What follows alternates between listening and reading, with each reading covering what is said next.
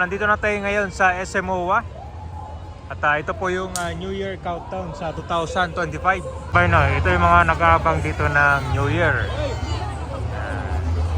Maraming mga food bazaar dyan. Ganito ang sitwasyon dito. Every countdown, no? Bago mag 2025. Ito iba ito kami, nagpipiknik na sila dito sa so bukas pa rin yung mga amusement park, oh. Yung mga gustong sumakay.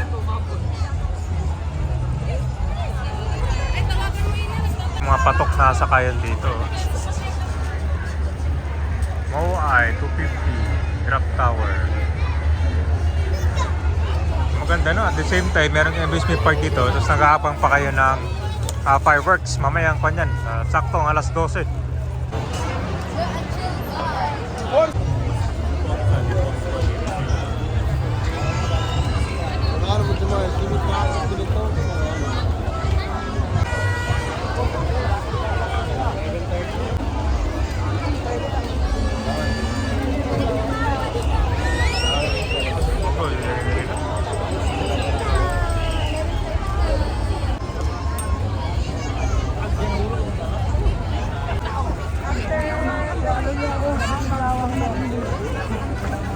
Punong-puno yung ngayon, SM by the Bay, oh. Dito yung mag-aabang. Dito lang kasi yung fireworks naman dyan malapit, oh. Sa harap ng SM by the Bay, tapos merong reclamation project dyan. So, ito na, di mo madaanan, no? Punong-puno, oh.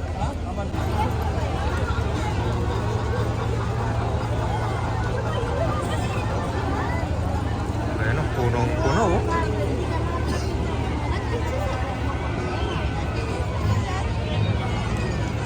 So dito yung magandang spot talaga ba yun, malapit sa SM by the Bay yung Mga ilang minuto lang magsisimula na itong fireworks para sa taong 2025. So dito bawat taong kabayan marami talagang mga nag-aabang, no. Ang maganda dito, makakatipid ka na at higit sa lahat makakapasyal ka pa. So ito yung mga maabutan nyo dito, amusement park, merong mga food stall, napakadami. So kung dati pala kabayan dito, madilim dati yan. Ngayon tinan mo, di ba, lumiwanag na. Halos lumitaw na yung isla. Yan po yung reclamation project ngayon dito sa harap ng SM by the Bay. Grabe, dami mga barko, oh, yung mga umiilaw dyan. Siguro next year, meron nating makikitang mga ilang dito, building.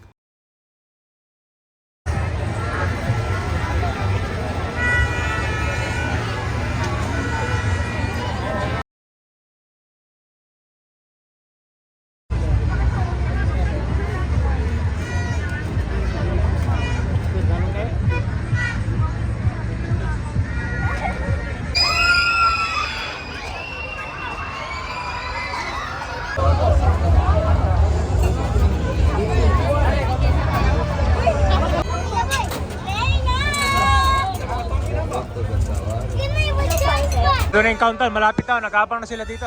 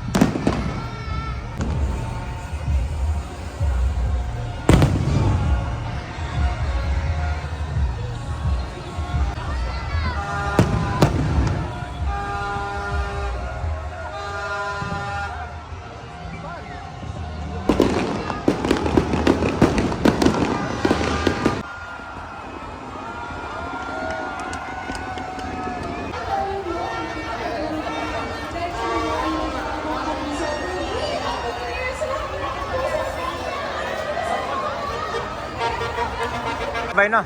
Sabay-sabay nag-uwian yung mga labasan yung tao ngayon. After 10 minutes na mahigit ng paputok.